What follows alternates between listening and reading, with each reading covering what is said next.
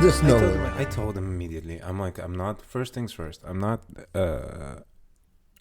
gonna go upstairs, tell my sister that there are two men in uniform waiting for you. I'm not doing it. Yeah. If anybody's getting arrested, it's probably gonna be me. Yeah. That's the first thing. And the second is like, for a piece of carton that wasn't on the floor, Yeah. it was inside the thing. Yeah, but it was Yeah. sticking out. They have nothing to do, man. There, And then they can show the boss, look, we did something. We get a fine. You know what's worst? Uh-huh. They get paid more than the police. Really? Yeah, they get more because their work is more hazardous than the police work. Mm. I said, I believe you because I want to kick your teeth in right now. Like, every single part of me just wants to end your life. It's okay. Oh, man. It's that. But that coming back to what we said, Mm-hmm. then I understand Mm-hmm. that if you're trying to build a business, you're thinking about the future, you're thinking about all the other things. Because if Microsoft is greedy, yeah, sure, it can be greedy, but they're building towards the technical revolution that might take us to space, that might take us even further than Mars and everything like that. And they're like, taxes? Mm-hmm. Fuck that shit. Yeah. Well, what are you doing? Yeah. But I still think like if the average Joe has to pay, then the guy with more money should also pay. You know, I'm not saying they should pay berserk amounts, but still pay, and not because they have more money so they can get like help dodging the way of the tax road. You know, not pay taxes just because they have better schemes, they're better equipped, they have better people backing them and telling them exactly, no, you put it in the Caymans and then nothing Nothing can happen to you. Yeah, and then everybody should do that, you know. Everybody should be able to go to the Caymans, but only people with money can do that. So it's kind of a, you know. Yeah. But that also gives us the following, which is what I heard. If we take in consideration, okay, I started recording already, so this is already up there. If there's anything we say that we shouldn't have said, any kind of extremely racist thing or extremely horrible gay bashing thing, which we never do, by the way. You can check all the episodes we said. I've cut everything out.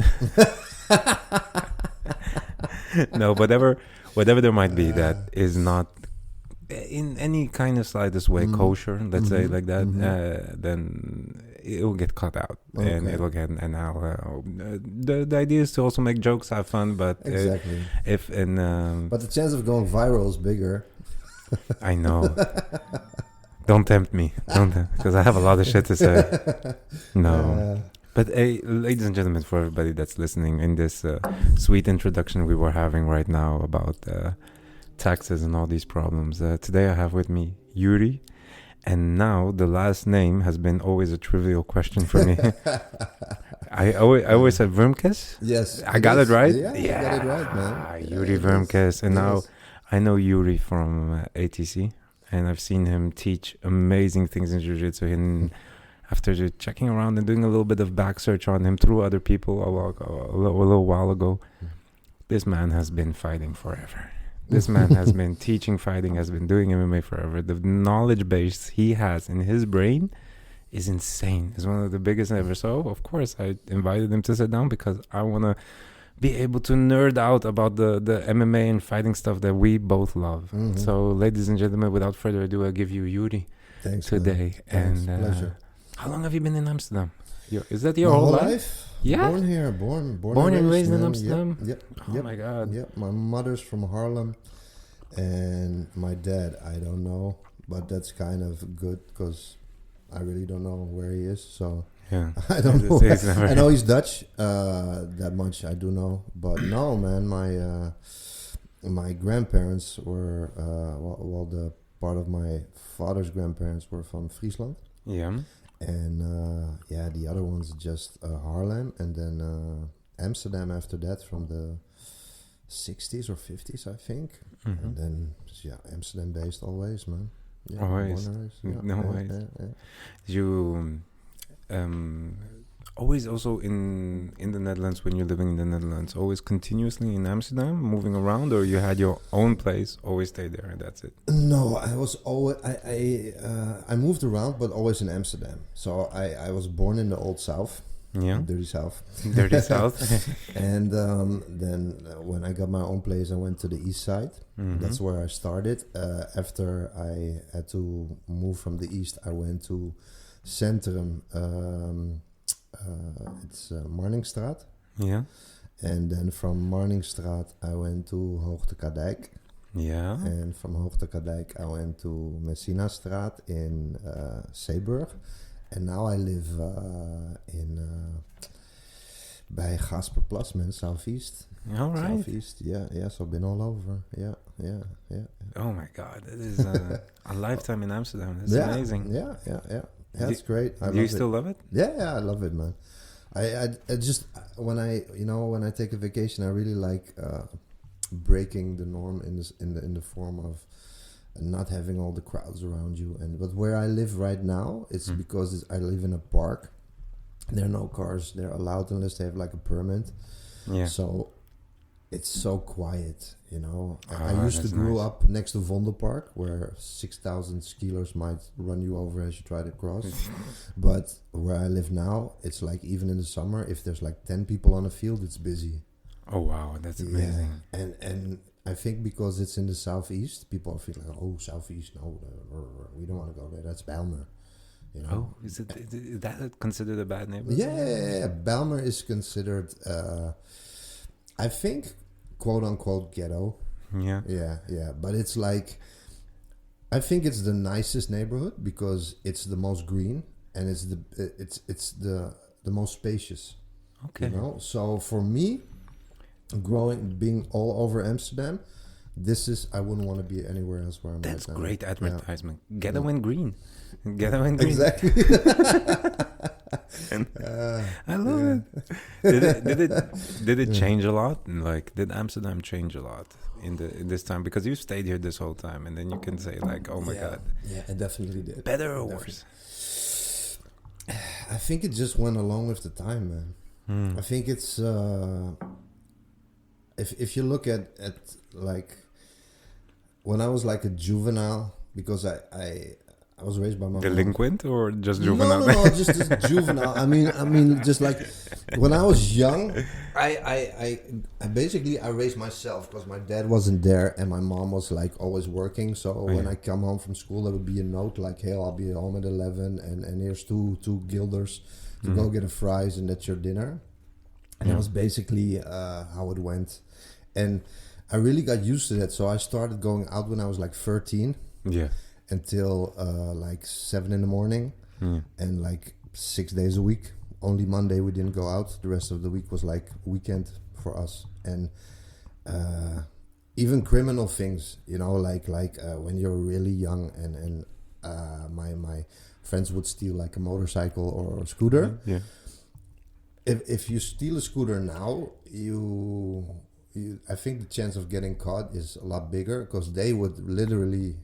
my friends would literally steal a scooter with locks and everything, pick it up, carry it home for like 3 hours, just walk it all the way home, and then just carry it up the stairs, and then just open it with a hammer and patience. You know, just hitting the lock till it broke, and then they had like a scooter.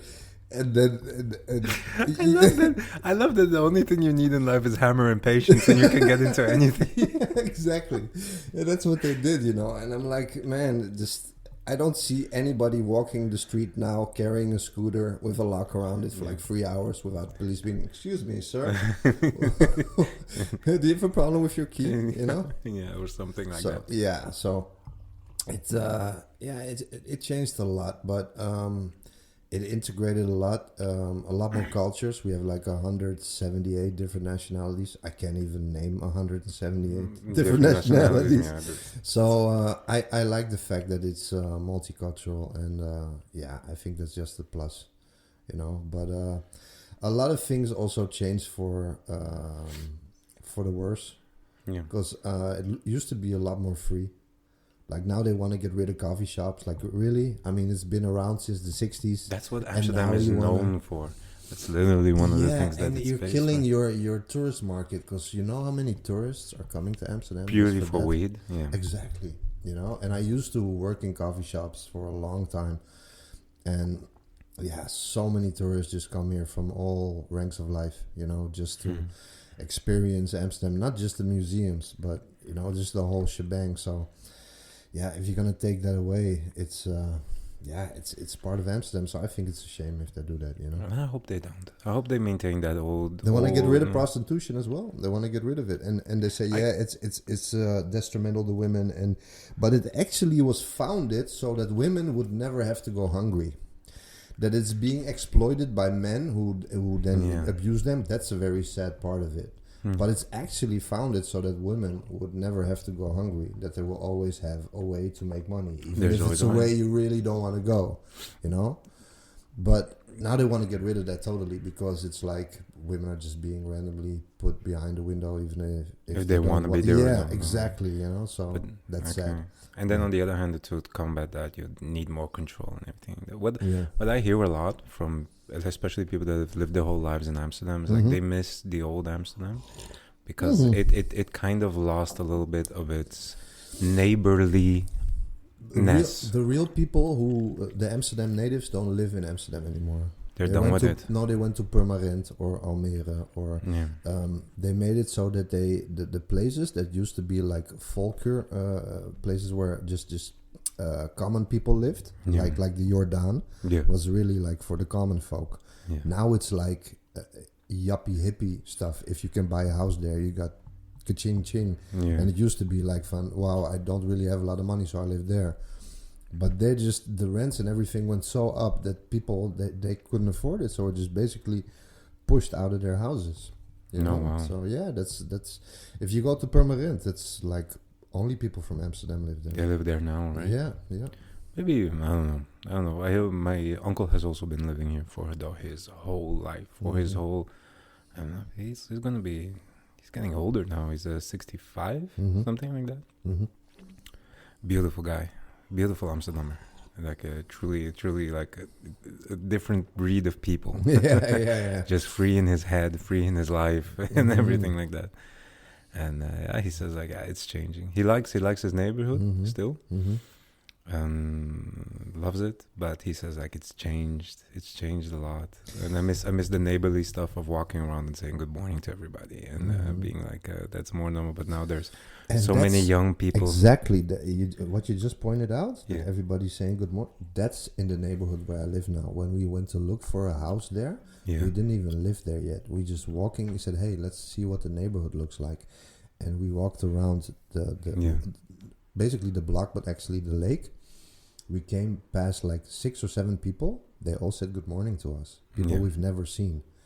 And usually I'm used to people being too arrogant, even if you've lived in the same block for like 10 years, to even say hi. Even lift their head up. So we were like, wow, this really feels good, just to live here, because it's like, a closed community, close community. Yeah. And that's what I really like. I think that makes you feel at home, and I really love that from where I live now, man, that everybody's like, hi, good morning, how are you?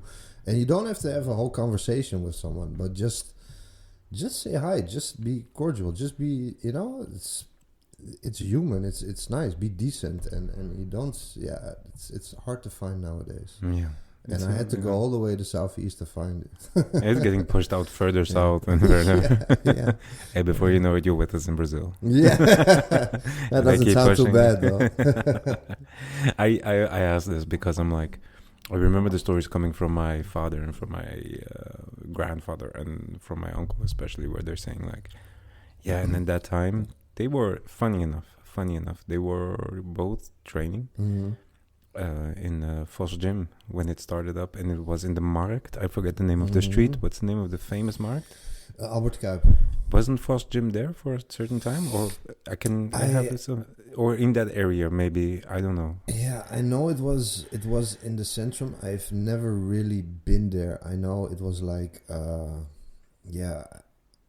I've never really been to Vos Gym. I know of it, and I know a lot of people who train there, and I know who the trainers are, and I know all the top 8 fighters from there, or some of them who I met, but I've never really been to Vos Gym, I have to be honest. Like Magiro, I've walked past it, I've never been inside, I know where it is, but no, I've never been there. No. He talks about a lot of how it was back then with all that fighting and everything. And that. When did the fighting start in your life? When did the martial arts start in your life? Martial arts. Well, when I was small, I used to get also because my dad wasn't in my life. I used to get beat up at school a lot. So my mom got like a private instructor for me for kung fu to teach me how to defend myself.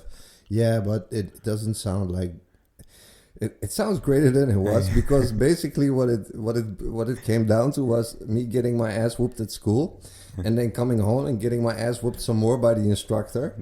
So he was like, yeah, but you got to toughen up. I was like, yeah, but I just went through this shit all day. So now you're going to beat me up. So I get beat up by kids. Now I'm going to get beat up by an adult. Like, fuck this. I don't want to do this no more. This sounds like the worst Jackie Chan movie ever. Yeah. It was terrible.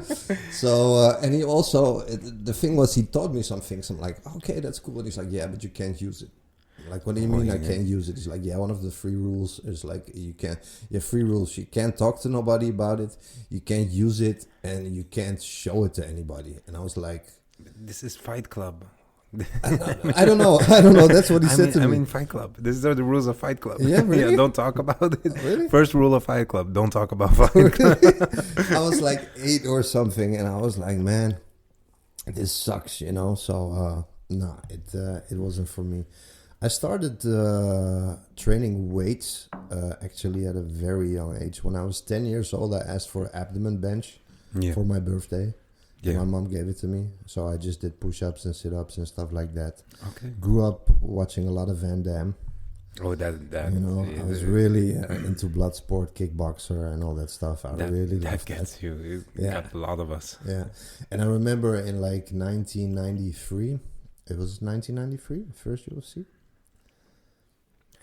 I always forget that date. I think UFC 1, right? Yeah, I think because I get it mixed up with. Or is it? Yeah, 1993, I think. And I remember when Royce won, and he beat Shamrock in the finals, and he beat the boxer who went into the octagon with one glove. One glove. He went on his right hand. This hand is helpless, so you already know. And actually, to be honest, when I saw it, because I didn't know what the hell was going on. Nobody knew ground fighting. No. We knew what we could see, like a kick, a punch, you know. That's cool. Karate was cool. Taekwondo was cool. Boxing was cool. Kickboxing was cool. Jiu-jitsu, we're like, I don't know what it is. And then this guy won by taking everybody to the ground and doing stuff we didn't understand. So I actually hated it. I was like, man, fuck this guy with the laying and stuff. I don't like it. What is he doing? Yeah, what is he doing? This gay ass shit. No, I didn't even see it as gay ass shit. I just didn't understand because I had no knowledge of what he was doing. I did see when he was fighting the rat sash in Kung Fu. And he broke the guy's arm. Yeah. Oh, but that was like a private video or something like that, right? Yeah, it was also in the UFC, but it was like in the prelims of the UFC or something. Oh, I think I remember. And Royce broke his arm like really brutal. He didn't even make him... He went belly down and then he arched from his back. Not even hips down. He just... Yeah. And then you could see like, whoa, he just broke his arm. So, that's fucked up. So it was a scary sport, but then he went to fight Remco Pardoux also, and we're like, well, he's also jiu-jitsu, but he was regular jiu-jitsu, and Royce was Brazilian jiu-jitsu, and we didn't know the difference. It's just the bigger guy fighting a smaller guy, so we were like, oh, the bigger guy's gonna win, and then he choked him out with his own gi, and we were like, oh shit, man, what the hell? He used his clothes to choke him out. Yeah, it didn't make any sense to me then, and then I just... I think I was like in my 20s and I was working security somewhere and I did some kickboxing, but nothing mentionable, so to speak. And I was always training weights, always weight training and stretching and doing that stuff. And then there was this guy who worked security with me, and he did something called clay wall. It was like the beginning of 2000, 99, 2000. And I said, what's clay wall? He said, klem worstelen. So like submission wrestling, basically. Could you say it's like a catch can? Yeah, but I think catch can is more diverse. It's really like a sport. This was just wrestlers who also applied some locks. Okay. Like a guillotine and a straight calf and a kimura and an armbar and not too much. They didn't have. It wasn't a great arsenal. It was just they had a few things and they just put it on viciously. That's basically how it went. And he was like, we were at his house and he did it for a few years. And he said, he showed me a guillotine. That's how he showed me. He said, okay, I want you to grab my head like this. I said, okay. He says, okay, now don't let go. I said, okay. I says, and I'm going to show you how I escape. And I'm like, okay. But like I said, I've been training weights my whole life. So I just grabbed it. And I held and I held and I held. And he was trying to escape. And I was just, in my mind, I was like, fuck you. I'm not letting you go. And then, and every time he tried, and then when he basically stopped struggling, I kind of released the power. I didn't want to blow myself out. And then when he tried to escape again, I just put it on again. And then finally he tapped and I let it go. And he looked at me with, he's like, you. And then he kind of got mad. And then he was like, yeah, you got to come with me to the gym because he says, usually I can always get out. And I can't get out of this. And and I said, did I do something? He said, no, it was good. But it's just, fuck it. And okay. So fuck then it, fuck you, fuck everything. And then I rolled with him a lot. And every time he rolled with me, he injured me. He's like, I had an arm, he just yanked arm bars, he yanked chokes, I was injured every training. And I remember one time we went to roll and he was like, why are you shaking? I said, I'm shaking? He says, yeah, you're shaking. I said, well, probably because I know I'm going to get injured again, I just don't know where.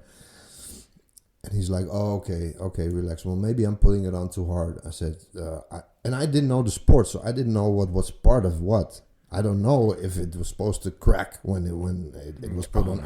I didn't know, so I was just like, maybe that's just how it goes, so I didn't want to complain, so I was like, I want to learn this. But he was hurting me every time. And then finally, after a lot of torture, you get better. And then I went to class, and I remember because I trained a lot with him one-on-one, and then he said, okay, now we're gonna do class. And then there was like 20 guys, like all wrestlers, and you had to spar like 3 minutes with one and then immediately move on to the next spar with them and do takedowns and submissions, and you just go around, But I was still smoking back then, cigarettes. I smoked cigarettes back then. Oh, no. And after my first Clavo or submission wrestling class, I stopped cigarettes immediately. Because after 15 minutes and after like the fourth guy was sitting in the corner like lungs burning, heart burning, everything. And I remember this one like guy was like a Suriname guy. And he looked real professional. He had like the knee sleeves and the elbow protectors. And I was like, it was my first class. So I went to him and shook his hand. I said, hey, don't break anything, please. I said, if you have it, great, but please don't break anything. And then he's like, no, I'll go easy. And then I said, no, you don't have to go easy. Just don't break anything. And then we rolled and I tapped him with a guillotine, and he looked at me and he was shocked because I told him it was my first time. Yeah. And I've never seen him after that ever again in class. And basically that's how it started. And then there was a guy, I'll give him his props, Aaron Karels, and he came to class and he was already doing jiu-jitsu. I think he was a blue belt at the time. But he was doing butterfly sweeps and triangle chokes and arm drags from the guard, back takes, and then going, putting hooks in, and then doing rear naked chokes. And I was like, how long was that ago? I think 2001, maybe, something like that. And he also, it was funny because he used to teach jiu-jitsu here for a long time at, I forgot the name of the school. It used to be Shakariki, but then it changed to something else. And not Pancreation, but it changed to something else. I forgot the name. But he used to teach jiu-jitsu there. And then he moved to Brazil because he has a Brazilian wife. Yeah. And I said, but you teach jiu-jitsu. What are you going to do there? Because You can't go there and teach jiu-jitsu. He's like, yeah. no, I'm going to teach English. I'm like, oh, okay, that's cool. So he went there and he taught English. And but he showed a lot. He also showed Melvin van Zuidam. I don't know if you know. He's a black belt now under Chango. He is also the WFL MMA champion. Wow. Shout out to Melvin. He also showed Melvin his first is jiu-jitsu. Melvin also was taught by Aaron Karels in the beginning. All right. And Aaron trained a lot with Daniel, who's a black belt under Marcos Flexa. Yeah. So it basically started with him doing some moves, but in the beginning I really didn't like him. I thought he was arrogant as hell, which he was. Shout out to you though, but you know. And but you're arrogant. Yeah. But later on, you know, we got along. But in the beginning, we didn't. I thought he was too arrogant. But he was definitely skillful, and yeah, man. Then I got into Pride, watching a lot of Pride, and I think the first move I told myself was an omoplata, and it was in the fight of Nogueira against Dan Henderson, and Nogueira was able to secure an omoplata on Dan Henderson, and it was VCR time, so I just rewinded the move like 7 or 8 times, like, okay, how is the other guy seated, what does he have, he's controlling his wrist, okay, what is he doing with his leg, basically how he put it together. And then there was one guy who did Wesley Joren. He did like more than 100 pro wrestling fights with with hitting chairs over people's head and stuff like that. Oh, the pro wrestling. The pro wrestling. Like yeah. And that's pretty brutal, man, because he one time he wanted to show me a pro wrestling move and it dislocated my shoulder. Just showing it? No, he said, lay down on your stomach. I'm going to show you a throw that we use in pro wrestling. I said, okay, but I didn't know what was going to happen. So I was just laying on my stomach and he stood over me and he hugged my waist and then he threw me over his head. So he spun me, and as my equilibrium kind of got fucked as you threw me over. Sorry, F. And then I landed. That's fine. Okay. and then I landed on my elbow behind my back, and that popped out my shoulder. And I immediately felt it was out. And then I looked, and a bird was there. I said, my shoulder's out. He says, yeah, I can see. And I was like, fuck it, I'm just going to move. And I went, oh, and then it shot back. And I was so happy that I'm like, hey, it's moving again. I just got really angry and just tried to lift this, went through the pain, and it just popped back. And my brother's a doctor. And so then I was like, oh, it's good. So then I started doing dips, like 6 sets of 10 dips. Right after that? Right after that. And then I called my brother, and he's like, yeah, you idiot, stop that right now. So you have to wear a brace, like a mitella, for like a week now, and let it rest. He said, how long was it out? I said, not even half a minute, because as soon as it happened, I just... Angrily on hate. I was like, no, I was just like, no, my body's not gonna tell me I can't move my arm. And I was like, fuck it. I was like, and then it just shot back. And I was so lucky that it did, because if you don't do anything, you have to wait. The longer it takes to pop it back, exactly, the weaker it's gonna be. So because I know a guy who was thrown in jail after he had a fight at the airport, and he was thrown in with a dislocated shoulder, and after 48 hours. They popped it back in. His shoulder never, ever recovered. Never covered it. No. So I was lucky, man. Within a few seconds, I was able to put it back. Immediately. Yeah. So that's basically how it started with Aaron Karels. And after that, I was like, wow.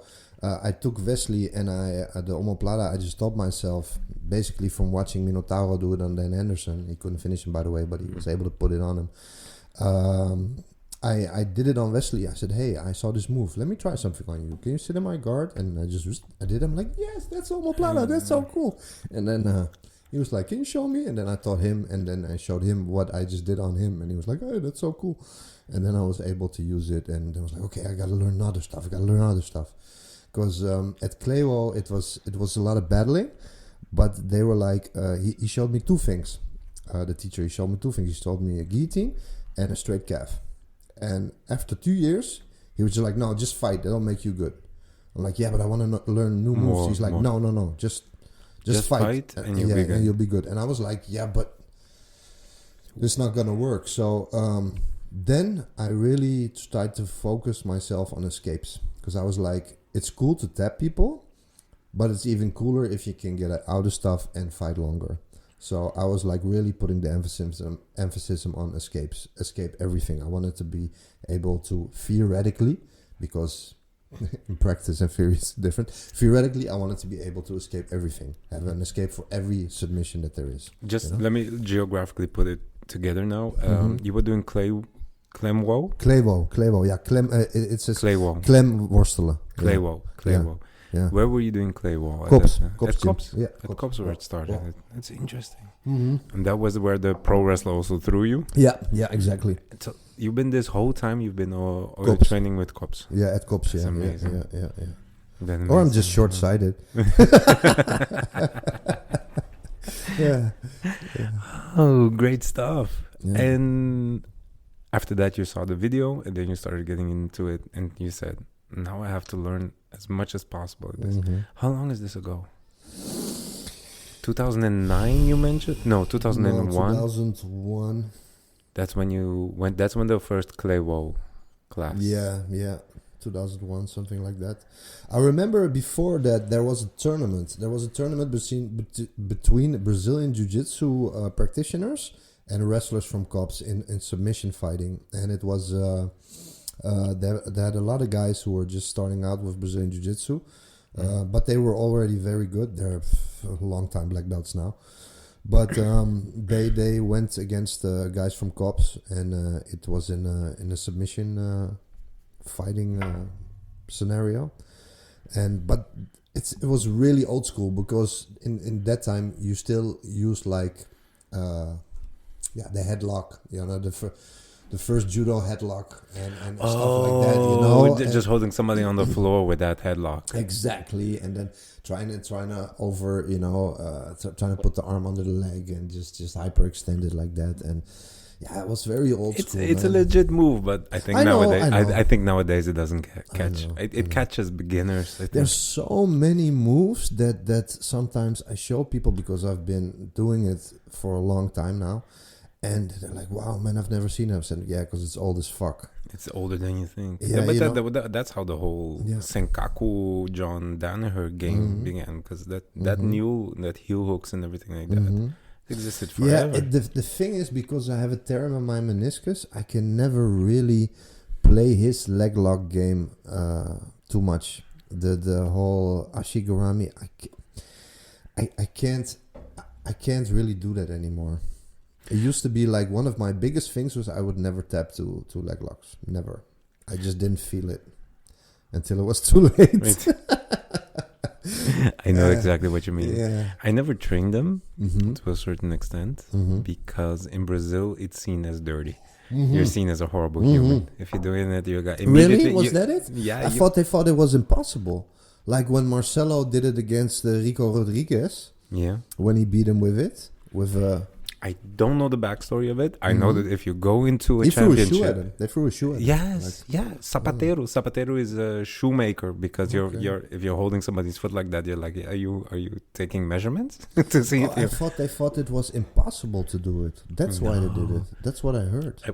I didn't get the backstory of it. If you're within the community and you're within a bunch of jiu-jitsu fighters around you, then suddenly you do a footlock in a full championship with, and there the championships, everything is full, right? All the places are full. There's people standing around. It's hot as fuck. And then you grab somebody's foot, and suddenly you hear from everywhere, "Boo!" Really? Do normal jiu-jitsu, boo! Oh, really? You're like, oh fuck, But that's not anymore. It changed. Yeah, no, it changed. Yeah. It changed in the last time. But because now it's a hype. Even it used to be a hype for a while. The Brazilians over there, every time I touch somebody's foot, they'll go like, "Do jiu-jitsu." But they'll be a little bit of you'll make a lot of black belts very angry if you grab their feet. Oh wow, okay, I didn't know. They're like, oh, you don't want to fight, or you don't want to do a normal armbar or a triangle or something like that. I know they do say like learn to pass guard before you go for footlocks, otherwise you'll never learn to pass. Yeah. That's one of the definitely one of the things. I remember I touched one guy's foot once. Touched. I just touched it. I swear, in my defense, I just touched it, and it was like, and I was doing it because I was going from. This is the thing they call it ashigarami now. We used to call it like single leg X. Okay. Yeah. Yeah, it was single leg, or I don't know. Just in Brazil too, they didn't give them moves a lot of names. Okay. Right? It's just do this move, and then from here you go to X, and then from X you go to something. And I just lifted his foot and put it under me, and then he dropped, and then I was like, okay, I'm gonna attack the foot. Why? That black belt turned into a monster immediately, and I got triangled 5 times. Triangled out, triangled out, triangled out, triangled, and I was like, oh my God. And then he told the rest about me being a footlocker. And then I got triangled by everybody consistently. Wow, because really? I was in a gym that had about 30 black belts around me the whole time. Shit. So, oh my God, the moment I unlearned the footlocks really fast that day, I was like, hey, okay, rule number 3, do not touch feet. Rule number 1 was do not touch assholes. And do not by accident hit somebody's balls. And then, because those 3 things are what caused me the most damage. Oh, shit. Oh, wow. Man, and that's basically it. And yeah, I didn't get into that game for a long time. And we always training traditional jiu-jitsu, always in the gi. Almost never no gi. Before my knee got fucked up, because Donner came in, and because I've been doing it a long time, in my perspective, he came late with the videos and late with he's been teaching his students a long time, but the time it got publicly known, his whole ashigarami system and everything, I never learned it from him. I learned basically a lot of footlocks, but more from Gokor Kavincian, like the Hayastan system. And it was more leg reaps. It was more leg reaps, and then. But that was not. Was that from jiu-jitsu or was that from more like sambo? No, more sambo and also nevasa. Yeah. But he's more sambo. Yeah. The Hayastan system. Yeah, but he was very good with footlocks. His guys were known for footlocks, and then I remember. Like fast forward, like 15, 16 years fast forward, Gordon Ryan was facing one of his top students in the EBI. Yeah. And before they class heads, they said, wow, these guys are both footlock masters, so this is going to be very interesting. And Gordon tapped him out. I'm not sure. It could also been Gary. Either Gary or Gordon was one of them. And he tapped him out so fast with a footlock that everybody was surprised. And that basically showed like, okay, his system is basically better than the one that Gokor is. Because, Donner is like an encyclopedia of jiu-jitsu. A mad genius. Yes. A mad genius. I don't know if I want to get to that level because you become a weird person. Yeah. Rash guard everywhere. You become just a weird person. I don't think that socializing becomes a normal thing anymore. You don't care at that certain point. Yeah. I have it sometimes when you I think I had a little bit of the same thing where the interest, I was lucky to have a lot of good teachers around me.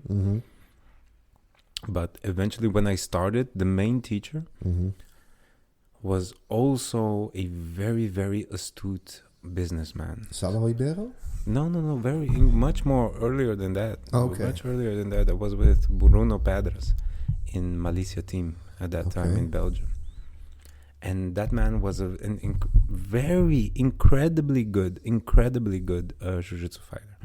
Very classy. Comes from the line of fighters from Draculino and all these guys. So that's a really nice line of fighters. But guard player, close guard player, just if he closed his guard on you, it's done. He'd even ask you, how do you want to be thrown or finished? And it doesn't matter. It didn't matter at a certain point. He was so good. Love close guard. I'm old school. I love it too. And he was in Belgium at that time, and he beat everybody in Belgium. He flew his teacher in, then beat everybody again in Belgium, and then looked at his teacher, can I have my black belt now? And then the teacher said, yeah, sure, here. Oh, wow. Yeah. And that's when, but very, very good. Very, very good fighter. Got injured in his neck. Oh, shit. then stopped a little bit, and that's when the first good injury happens, where you can see like either they're going to continue that path of being like a phenomenal jiu-jitsu fighter, or are they going to go do something else. And he chose to, he kept going doing jiu-jitsu, he kept teaching and everything like that, but he had some business opportunities he couldn't let go. You know, he couldn't, and he was a very, very smart businessman. Okay. So at that time when I got in, I got like a part of the system from him. And then he focused on his business. He just opened the gym for us, put good teachers down. The teachers are still active today in Belgium. And one of the strongest team at that time. We went to every competition, and you could see fear in everybody going around. You know, they're like, oh no, these guys are here because A, we were good at jiu-jitsu, and B, we were loud as fuck. we were old school, like singing and chanting when we're going in, and bringing instruments to competition and stuff. Almost like capoeira like. Man, it was good. And but out that there was, I got really close to one of my training partners, and he was a purple belt at that time, and I was still a little bit of a beginner, right?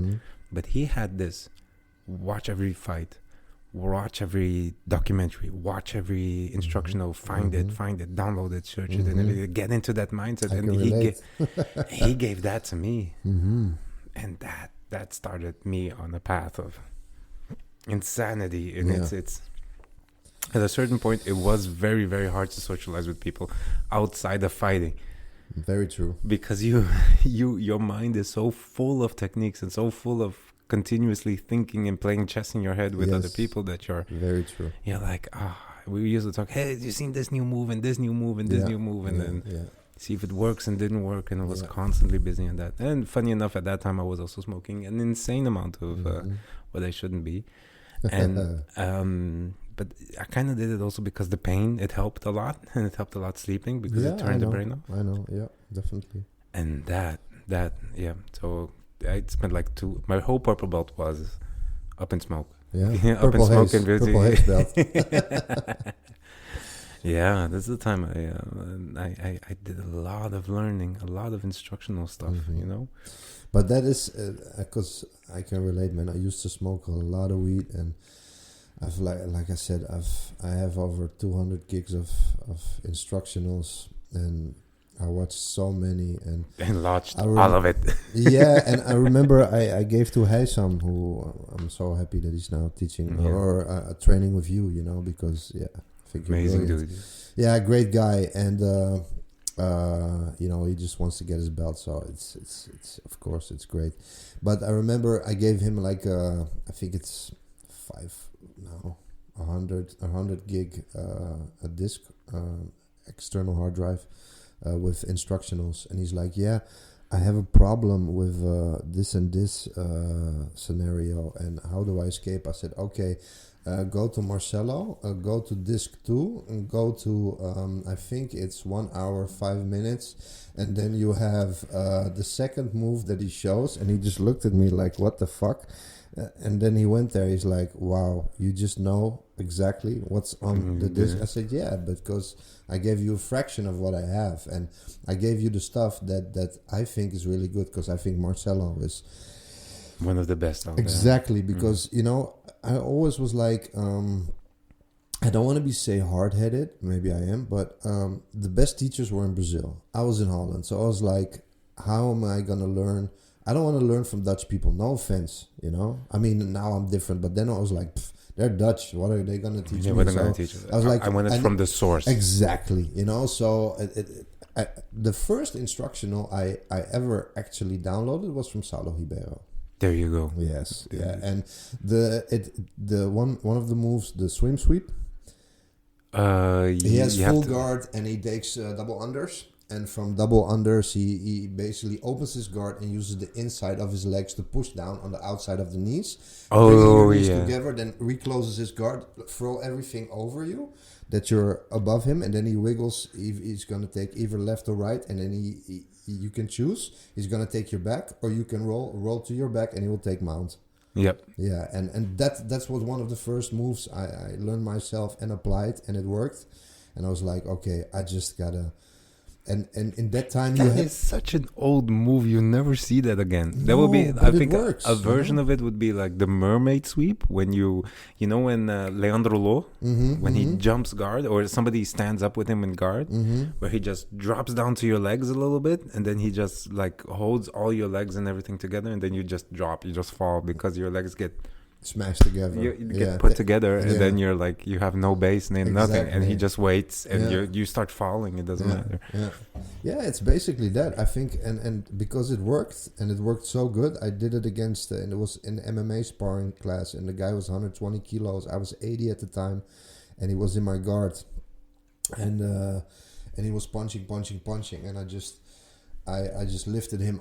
I just pulled my guard up a little bit, and I just grabbed double unders, and from there I just did this move, and then I just swept him with it, and I just got out, and then I was like, okay, well, and then the instructor at the time, Jeffrey, he told me, like, he said, wow, man, very impressive. I said, nah, because I couldn't. Then after that, I swept him. He pushed my head, and he was able to do a technical get up. So I couldn't really do anything on the ground, but I was like. It did work, the sweep, and he was like, yeah, but he's 40 kilos more than you, and I was like, yeah, but it shouldn't matter, because I was always hard on myself, like it had to be perfect, and that I think also with me, because I watched so much that at a certain point and I know exactly which point, I downloaded an instructional from BJ Penn. And it had 80 moves. And I was like, yes, 80 new moves. I got 80 new moves in my arsenal after this. 80 new moves, yes. And then I watched the whole thing, and there was one move I didn't know. And I was like, fuck, man. I just wasted 90 minutes watching shit I already know. You know who I have that with? Mm-hmm. Gordon. Yeah? Yeah. You watch his instructionals, and I understand why he does it. I'm not critiquing him personally for what he's putting out as an instructional. Yeah. But the first time they gave me like half guard, they gave me, I'm like, hey, shit, I want to see what Gordon does in half guard, because I love that shit. I've been studying, looking at everything from half guard and everything like that. Then I looked through the whole thing, and I'm like, I know all this shit. He does explain it in a very nice way. Yeah, but you're a black belt, bro. You're a high-level black belt. I think that's a difference. Yeah, but I think if you download instructionals or you watch instructionals, at a certain point when you're a black belt, it's gonna be hard to even get some new information in there. I'm walking up against a wall at certain points. Yeah. Of course, I now take stuff that is like that I've never seen before, like heel hooks entry and all the in-depth diving. People are going into a specific position, but at a certain point, I think you just hit a wall, and then you just go. That's what I had. Like at 7 years, after 7 years of fanatically studying it, I really hit a wall. And then I basically went into 10th Planet. Yeah. And 10th Planet really, because I was always MMA minded. When I started, it wasn't even for jiu-jitsu. It was just like Vale Tudo was the thing. We were like, we were just, you're going to choose two sports. One guy chose wrestling and boxing. I was like, okay, it's going to be kickboxing and jiu-jitsu. I was like, I want to be able to beat people up standing. And if they take me to the ground, I want to be able to submit them. And he was like, yeah, I just want to beat them up with my hands. I don't want to kick too much. And I will be able to throw them and then keep beating them up. I'm like, okay, well, that's your thing. I'm going to choose this. And then when I came to 10th Planet, found some instructionals from there, I was like, wow, they have a whole new world that I've never known. I never know the Twister, the lockdown. And it started with the Twister, actually. And then the whole game that Eddie made was like known so it could be applied in MMA. And I'm like, wow, I'm an MMA guy. So for me, this is perfect, because if you have close guard, you can still get your head punched in. If you play rubber guard, they can't punch you anymore, and you can still punch them. So then I studied that for like 8 years, like really fanatical, like really, really fanatical. And then I was able, one of my students at COPS, who's now a purple belt, a very good guy, Timpe, he's really good. He was taking class at 10th Planet at the time, and he was like, Joeri, I would really like you to teach there. And I was, I had some, doesn't really matter, I don't want to get into that, but then I was like, okay, I'll go there, so he says, because it's a great group, great guys, but we really miss the knowledge. We really, you should see how they're teaching, and I know how you teach. So please come there, watch once, and I really want you to be the teacher there. I'm like, okay, well, I'll go and I watch. And then like 20 guys, 25 guys sitting there and one teacher. Very nice guy. He's a sales guy, marketing, very good. But I'm not saying he's bad at jiu-jitsu. He's really not. But it was very limited what he showed. He was like, okay, guys, we're going to get into single leg X. I'm like, okay, well, this is how they're going to start. It's like, okay. Okay, just practice that, how you take the single leg X. Okay, and then they drill that. And he's like, okay. okay, now he's going to add something, sweep or something. He's like, okay, we have single leg X. We let it go. And we go back to single leg X. I was like, huh? What's the word? What's like, huh? It didn't make sense to me, you know? So I'm like, okay, so you just show the move, now you let it go, you bring it back. So haven't you just been drilling that? Mm-hmm. And then he's like, okay, Joeri, please, next time you come, you show how you teach and what you do. And then, even the guy who was teaching there, he said, well, we have guys who know their jiu-jitsu, and you have guys who really know their jiu-jitsu, and you really know your jiu-jitsu. So, it would be nice if you could... could teach, you know. So, and then I was teaching 3 nights a week there, and I did it for about a year, and I really loved it because it was all in English. I could really, you know, use my own imagination and implementing the 10th planet techniques, you know, because they have so many things like, you know, the lockdown, the electric chair, the twister, you know, so many things from rubber guard, you know, and it's all, It's its own little world. Yeah, it's and I love it, man. I love it. It's an amazing system. Yeah. And I don't know. Do you also have the problem sometimes, especially if we take a step back with teaching? Mm-hmm. I can sympathize with a guy, maybe, but on the other hand, not. Like if you don't teach limited, try to teach as much as you can within the technique. Mm-hmm. Again, if you watch that many and so many instructionals and you have so many information in your head, don't you sometimes go blank? Because people are like, are you going to teach? And I'm like, yeah, sure, I can. What the fuck am I going to teach? Out of all the things that I need to... I do not get stuck if people ask me a question. Mm-hmm. If people ask me a question, my brain goes to, as it were, that DVD, that disc, and everything like that. It goes to the storage in my head, and that's easy. That's the part where you go like, okay, I lived this. This is here. It's stored. But once it comes to like, what am I going to teach? It's like, I really have to write it down and sit down and really think about it. Then once I start it, it flows. But if it's out of nothing, if somebody says suddenly, okay, teach now, I'm like, oh, fuck, I'm fucked. I don't know. I usually ask around, like, what do you want to learn? Yeah, I do that now. I do Q&A lately because sometimes I see that they stumble upon hurdles that I never thought would be hurdles. Yeah.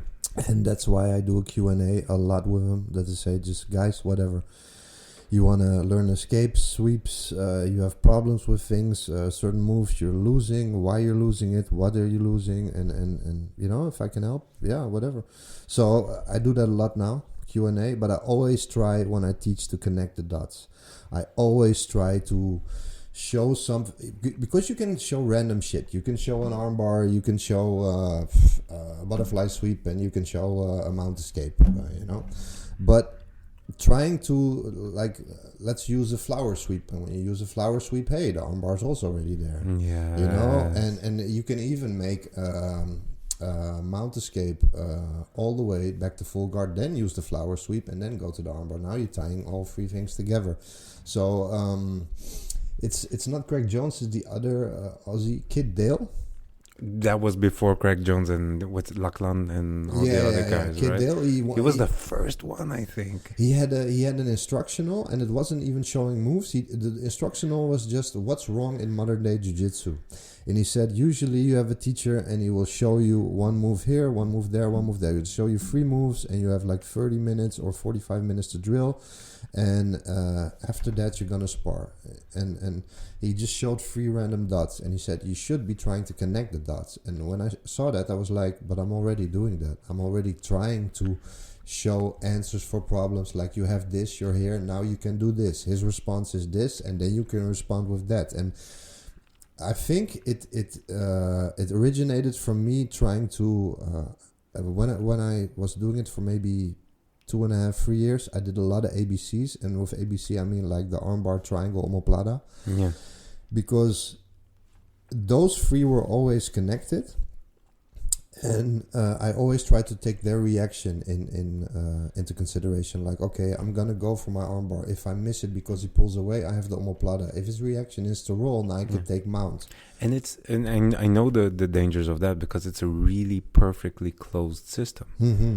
Like if you close guard on somebody and you start working for that armbar, there's only a limited set of things he can do to prevent that. And that opens up another set of things. Exactly. But it's within that closed kind of like system of armbar, triangle, and everything like that. So at some points I'm like, do you need to learn more? Yes. I think like, the more you know, better. Jiu-jitsu makes you greedy for knowledge. I know that is exactly it. But on the other hand, do you need anything outside of that? Once you reach like a certain point where you hit the wall, and you don't want to get bored. You don't want to do the ABC 10 years in a row. You want to do different stuff, you know. And that's the problem. I get bored easily if if it works. If I see it works, I'm gonna do a triangle like this, and I do it the whole week or the whole month, and and it's working, and it's everybody around me is doing it, and then I get immediately bored of it, and I say, we're never revisiting this again, ever.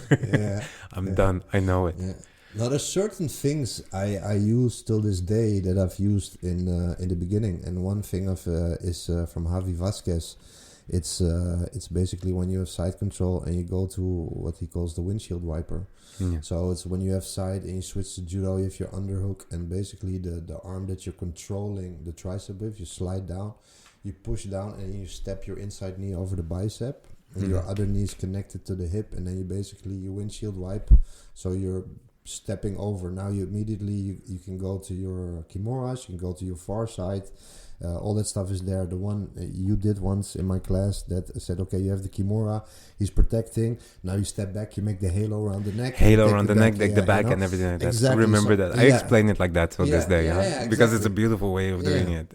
But that's the funny thing, is he never showed that in his instructional. He just showed the kimura and the armbar. But because I was there so many more times, I'm like, and you come across the problem that they're holding the hand and you can't attack. I'm like, okay, I can break the grip using my spine, I can do this, I can manipulate the wrist, but isn't there more? Like, oh, if I make this back step, wait, now I have this, and then you just you get creative. Jiu-jitsu makes you creative. Like, you probably know this better than I do, but the guy who invented half guard, I forgot his name, but he invented it because he had a leg injury. I forgot his name, but I can see his face in front of me right now. From what I've been told, he invented it because he had a leg injury. Yeah. So he wasn't able to play full guard, so he invented half because he could only use one leg. Yep. So that's same thing. The same reason I started to doing half guard, because I've heard of him, and then I said, okay, I'm going into. I used to only play long legs, so I used to always play spider guard. Okay. Because we were always in the gi, so it was either lasso, spider, or one of those two, or De La Riva. I hated De La Riva because everybody did De La Riva, and I'm like, I'm not doing this shit because everybody's doing it. I like reverse De La Riva. Spiral. I don't like regular De La Riva personally, but I've never been a gi guy. I maybe trained 10 times with a gi in my life. I've always been no gi. I think normal De La Riva is really good. The only problem is it's at this point everybody knows it. It's hard to get out of. It's hard to solve.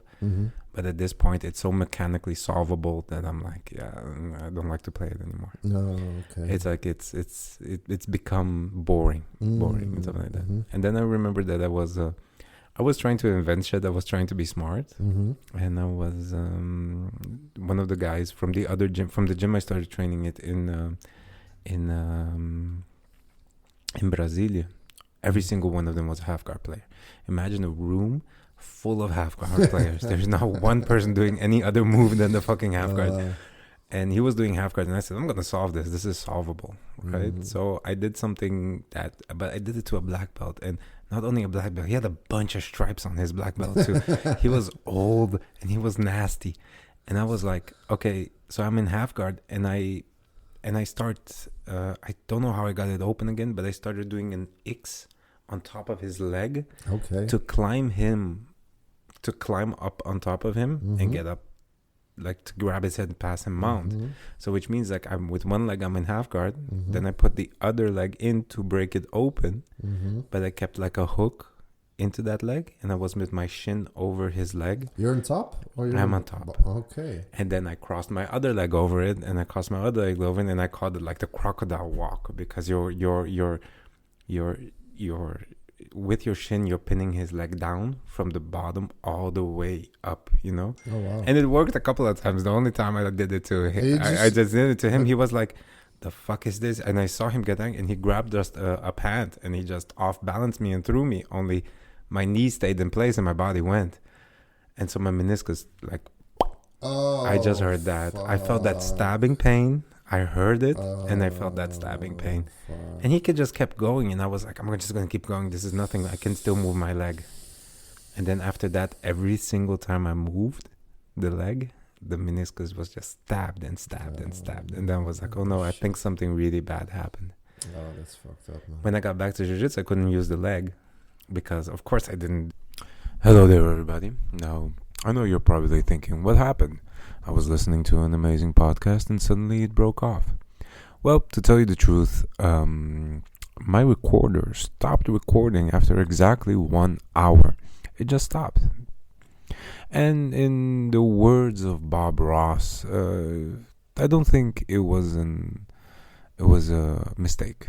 I think of them as happy little accidents, as the universe telling me, this is your opportunity. And it is an opportunity for me to tell you about Fight Fans. Fight Fans is coming up now in October here in Amsterdam, and it's going to be an amazing martial arts exposition. Now, there's a lot more I can tell you about it, but I would like to keep the mystery. So stay tuned to Cauliflower Philosophy and check out their website. And a lot more beautiful information will come out about Fight Fans. Also, this is my opportunity to tell you about Browse.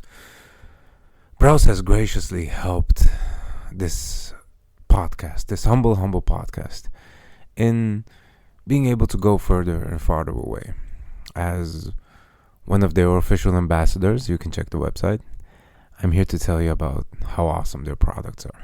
And it truly is. It's not me selling my soul in any kind of way or giving away something. No. I will honestly represent things I truly believe in.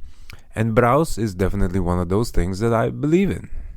Now, I check out the website. Check out the website and go over there, and there's a coupon code that they graciously gave us.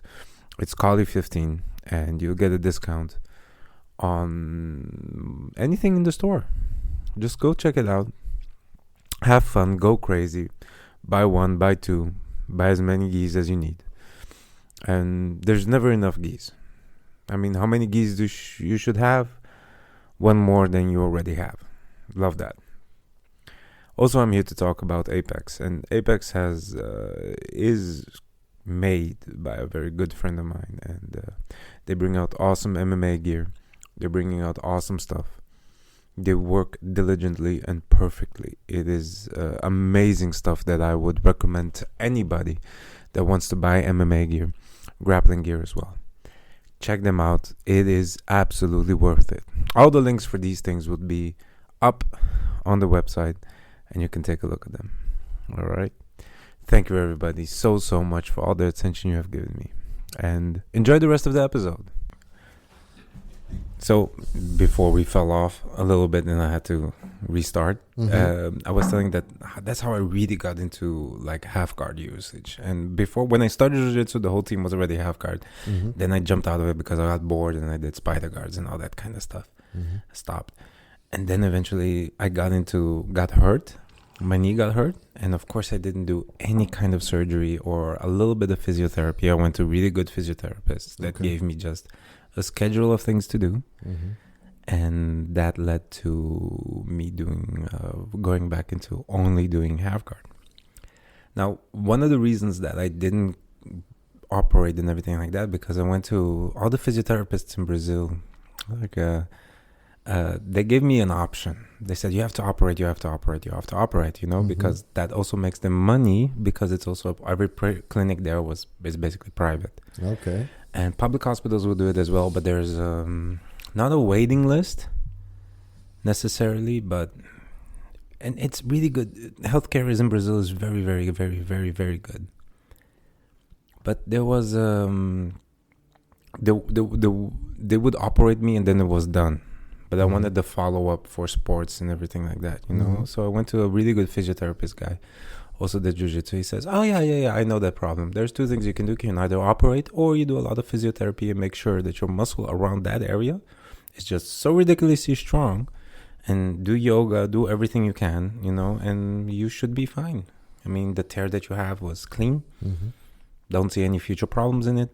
As long as you take care of what you have, you know, you take care of your knee. And then he's like, and I'm like, oh, but it's going to take too long. He looked me dead in the eye and he said, if you want to go faster, I can give you steroids right now.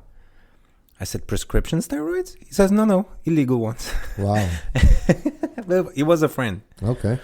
So, and I said, like, what, you give me a prescription, I can just pick it up? He says, come back tomorrow and I'll give it to you. And I'm like, I don't want to use steroids. That's bad. And only dumb people use steroids and meatheads and everything. He looked me in the face. Every single person you see fighting in the world today at least is doing it or got caught doing it or is going to do it or some kind of way. Like everybody, like the famous words from Nick Diaz, everybody's on fucking steroids. Yeah, there are exceptions though. There are exceptions, but they do. Musashi never used. I know that for sure. There you go. But there's this other thing that if we take away talent, what you need to get better at jiu-jitsu and what you need to get better at MMA is mat time. But we all get injured every single time in every 5 minutes. For sure. And that takes away from mat time. So the unfairness, I would say, from steroids is the fact that you use them, and then instead of having just 1 or 2 trainings a day, you can pump it up to 4 and be fine. Be fine. Listen, I'm telling you. So I said, I don't believe in steroids. I'm not going to do it. He opens up a little desk drawer, grabs a patch, grabs my arm, puts the patch on my arm and says, this is a 24-hour testosterone patch release. Try it out. Tell me what you think. What, a patch? A patch, like a nicotine patch. Needle? Oh, really? A nicotine patch. Really?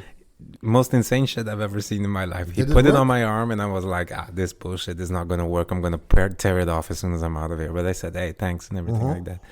I said he gave me the whole thing. He gave me the days I should go back for physiotherapy and everything like that. And it was amazingly good physiotherapist, by the way. Did the patch work?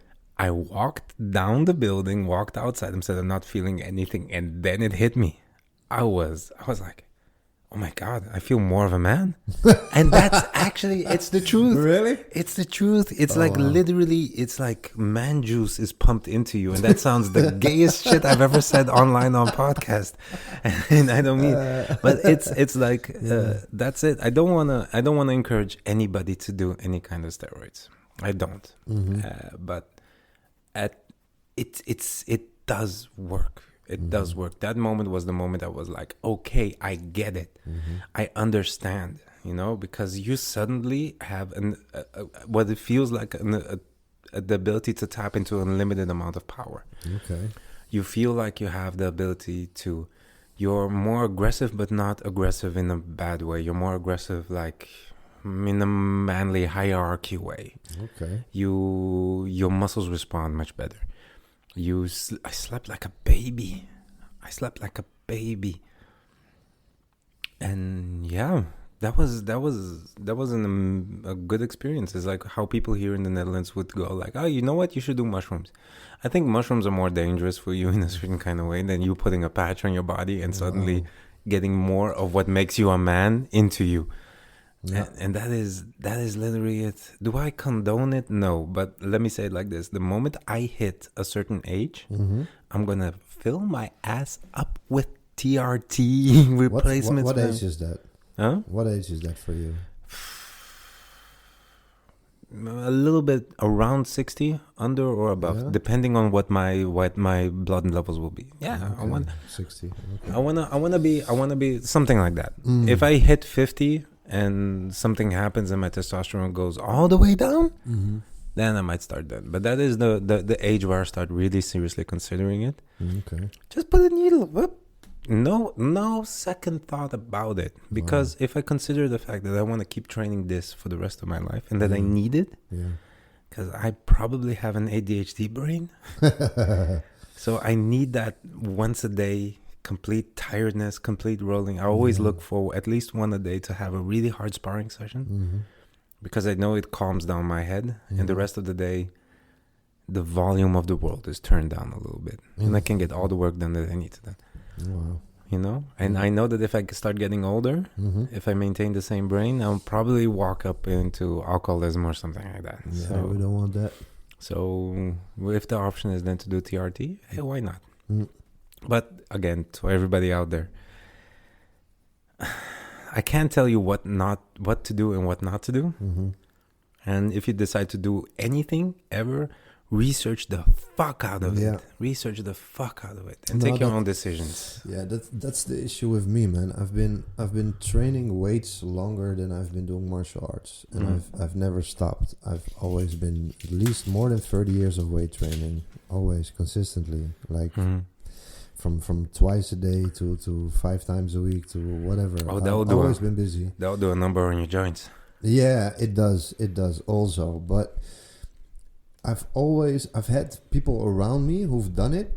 I remember my former weight training partner. I was like 17 and he was 18, and he was on all that stuff. He could squat 280 kilos. Shit. He was like full deep. Like he was, but he had all kinds of issues from it, man. He had like impotency. He was like aggressive. His voice would just disappear and go high pitch. He would get female nipple growth. He would have heart and rhythm disease, you know, like heart rhythm soreness.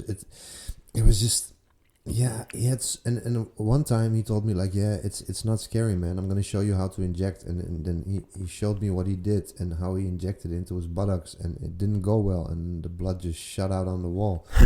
And then he had like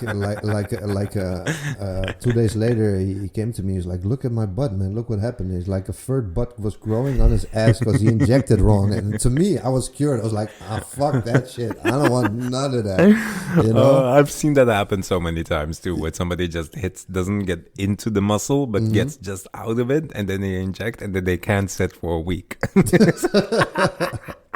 I used to die laughing about those guys. And but it's the truth. It's not. It's only a temporary thing that let's say it like this, to scare everybody off. Once you do it, you'll never get the same results again. Yeah, but the thing is, because also I did so much research, it slows down your own testosterone production, because your body's noticing like, hey, you're already getting this, so I don't need to produce.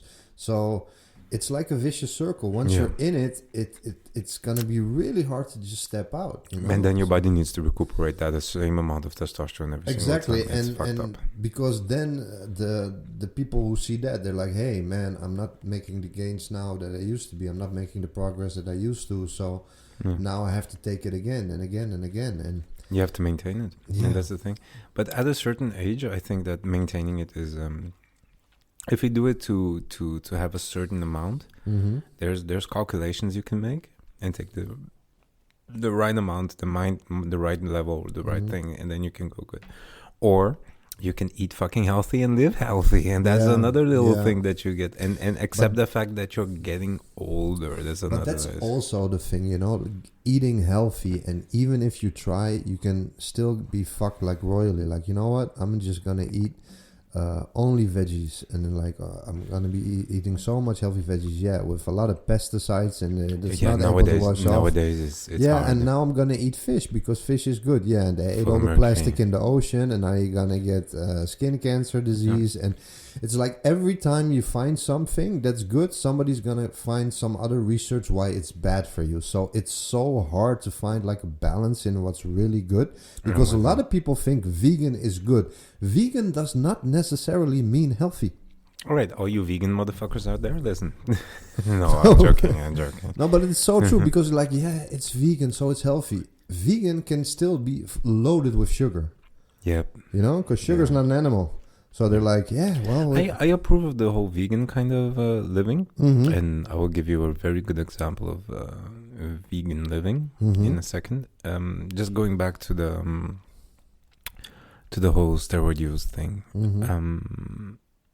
The one thing I wanted to say to it too, it also fucks up your joints. I remember friends of mine telling me, they said like I'm a little bit in a conundrum situation, because they didn't say the word conundrum, they were dumb as fuck, they still are.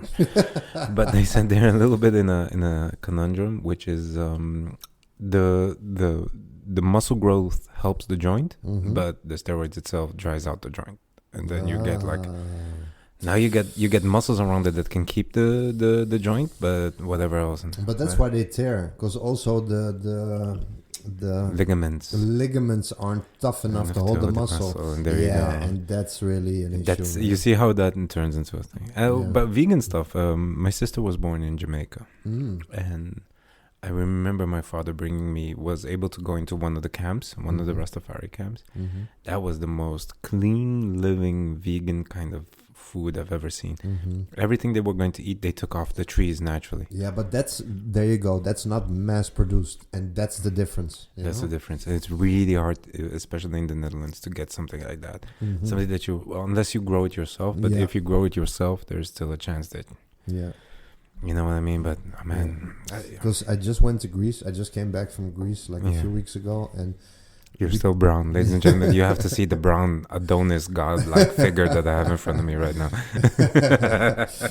And we took like the first restaurant outside of where we stayed, and it wasn't the best looking, but we were like when we got there, we're like, we're just gonna take this. It turned out to be the best restaurant, because even all the locals would come to eat there. Oh, that's amazing. And the guy who has the restaurant,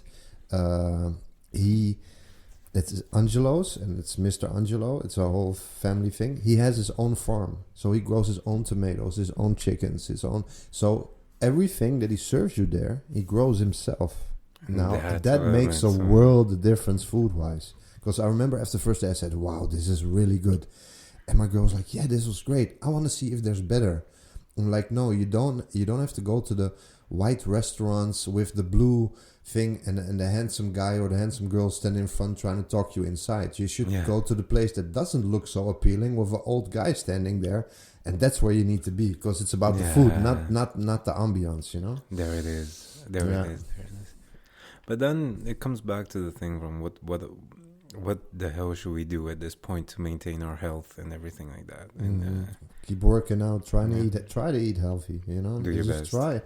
And try to wash the pesticides off as much as you can, because I still think my little one, God bless him, Alexander, love you, he's 3 now, and we think he's allergic to strawberries, because he ate strawberries once and his eyes closed. He looked like he'd been sparring for 5 rounds, and everything swole up, and he really looked like it was really bad. But somebody told me it's probably not the strawberries. It's probably the pesticide that was on the strawberries. And that makes a lot more sense to me. Than the strawberries, because I've never heard about strawberries allergies. So we're going to do an allergy test pretty soon with him, but he was too young for it. But we've been avoiding it like the plague. Like no strawberries for him, none of that.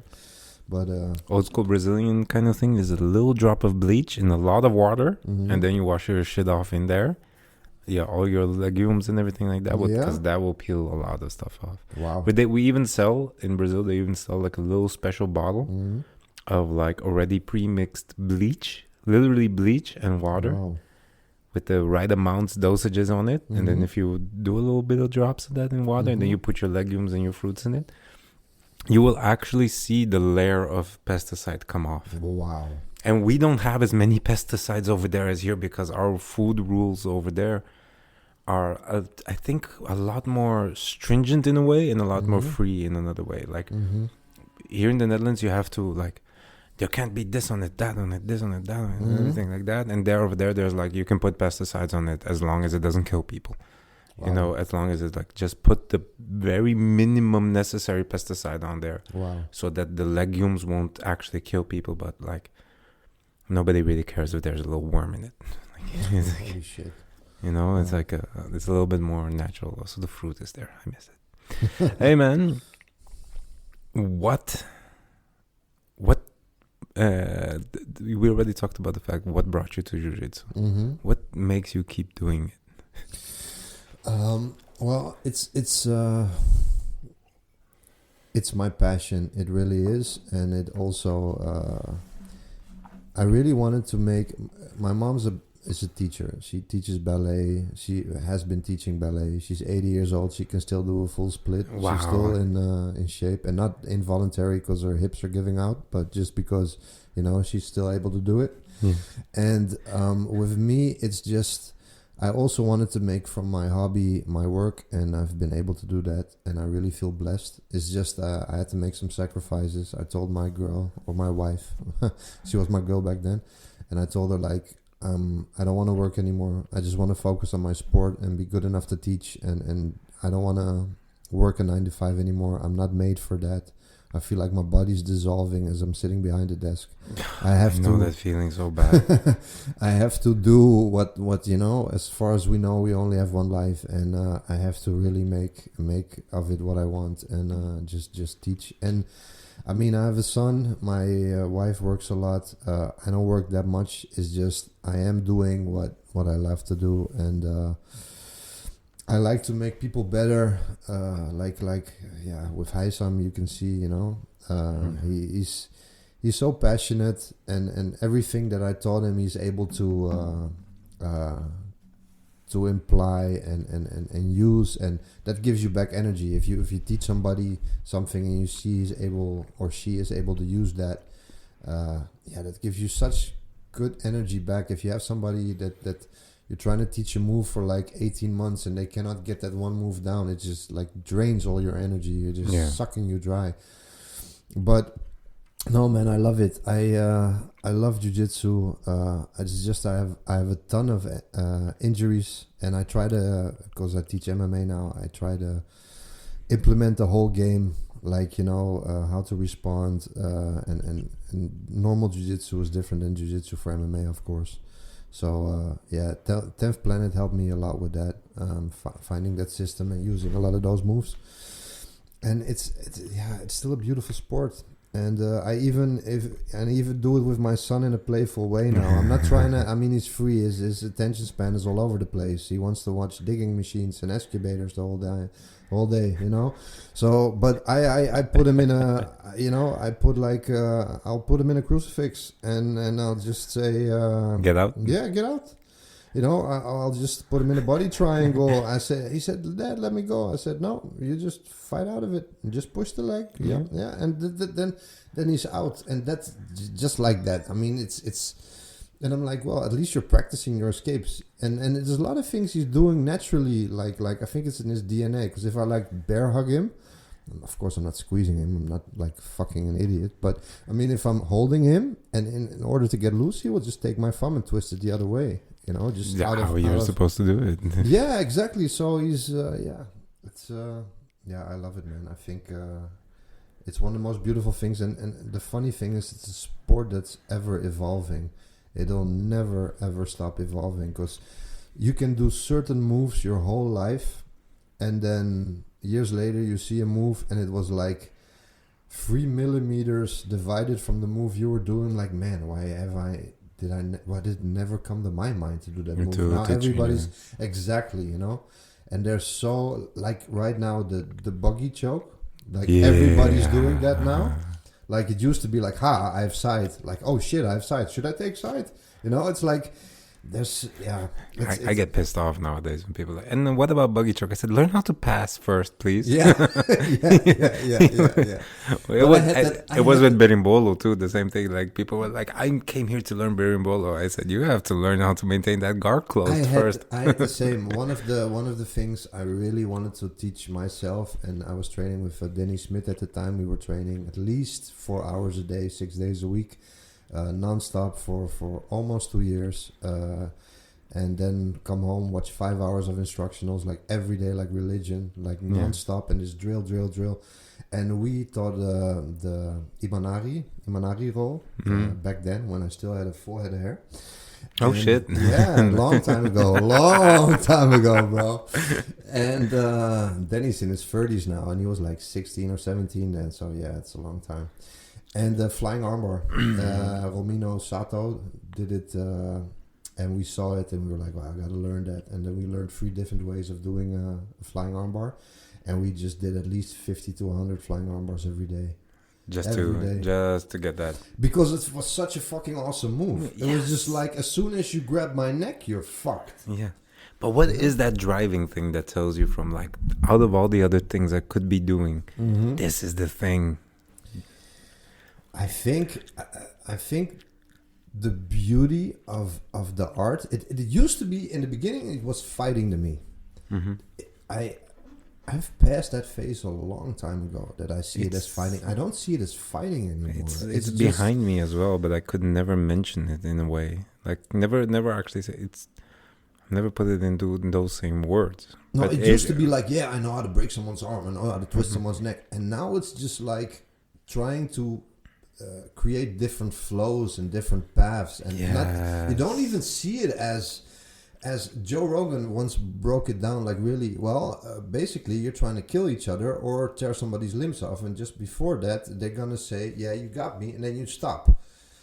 And that's basically what you're doing, but you're trying to do it in a beautiful way. So when you think about it, it's really twisted and sadistic. Yeah. But I can't even see it like that. It's like such a... I want to make you choke, but in a very sophisticated, beautiful way. Yeah. I know what you mean. And there's a lot of times during rolling where I would just give up what would be a good position, fighting wise, or like, because it's not beautiful enough, or I didn't do it in a nice way, or it's not like, oh, this didn't flow as I wanted it to. This was a little bit of struggle to get it, so I don't want it anymore. Yeah. Did you also ever have like, because one time I had a student who came to the gym and he was like, so my bucket list that I want to pass out, I want to be choked out, I want to know what it's like. So I'm like, hey man, you ask, we deliver. So I'm like, I put him in an RNC, and usually I never do this because I don't want to be an asshole. But he asked me to, so I'm like, okay. Yeah. So I really put it on, and I never put on anything at 100%, never, not the choke, nothing. And at that point, I just squeezed for all my might, and within 2.5 seconds, he was snoring. Yeah. Really, I put it. Yeah, really snoring, and then I brought him back, and he was like, huh? What happened? Oh, okay, yeah, now I can put it on my bucket list, off my bucket list. Like, God damn it. Yeah, but honestly, the sadistic part of me was like, that was actually kind of nice. It's not like you're gonna do it more often, but it's nice. It's good to know that it works in that way. Exactly. I had a guy ask it to me too, and it's weird. People go like, I said, are you gonna get a boner if I start doing this or something like that? No, but he was really wanting. He's like, it doesn't work, and it doesn't work. I said, like, if I do it and if I continue squeezing, you're gonna go out. And he's like, okay. You want to do it to me, and if I go out, it's fine. It's okay and everything. It's okay. We're going to do it a little bit in a controlled fashion. Like 2 people who will be watching. Put your hand up. If your hand goes down, I will consider you knocked out. Is that okay? He says, okay. I put the rear naked choke in. His hands were like here. And literally, when the moment I thought by myself, wait, I don't have to slowly apply pressure. I can actually do it now. And then I just locked it in. And when it locked in, it was like, so squeeze. And within the shortest amount of time, people were gone. Gone. Yeah. It's beautiful. Yeah. It's amazing. I remember one time, this is so funny, like Gino Cruz, he's the manager of John Winter also. He used to be a student of mine when he still fought MMA, and he was all armbar obsessed. you know. So I remember he told me a story that his mom had a date with a guy, and this guy did kickboxing, and he already stopped fighting MMA. He was already basically a retired MMA fighter, and then but the guy was like, so I heard you did this and that, and he was like, yeah, and he was like, yeah, jiu-jitsu doesn't work on me. He was one of those guys. Yeah. So Gino was like, I bet you it okay, does. well, I know it will, so why don't we roll a little bit? And then the guy was like, yeah, okay. So, long story short, he broke his arm. No. Yeah, he broke his arm just before, and I think also because the guy didn't know what tapping was. So he just, and Gino always liked put on arm bars pretty hard. So he did. And then, and I said, and he was still supposed to go out with your mom? He said, yeah, they still went out on a date. But they first went to like... the hospital. Yeah. So he's like, yeah, but he said it didn't work on him. I'm like, man, you have so many people who are...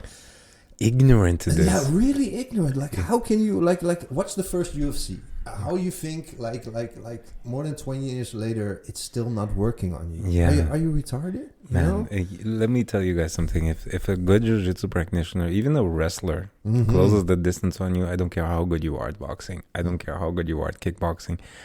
How good of whatever it is that you do, the moment that distance, he will wrestle fuck you. He will jiu-jitsu fuck you. It is not...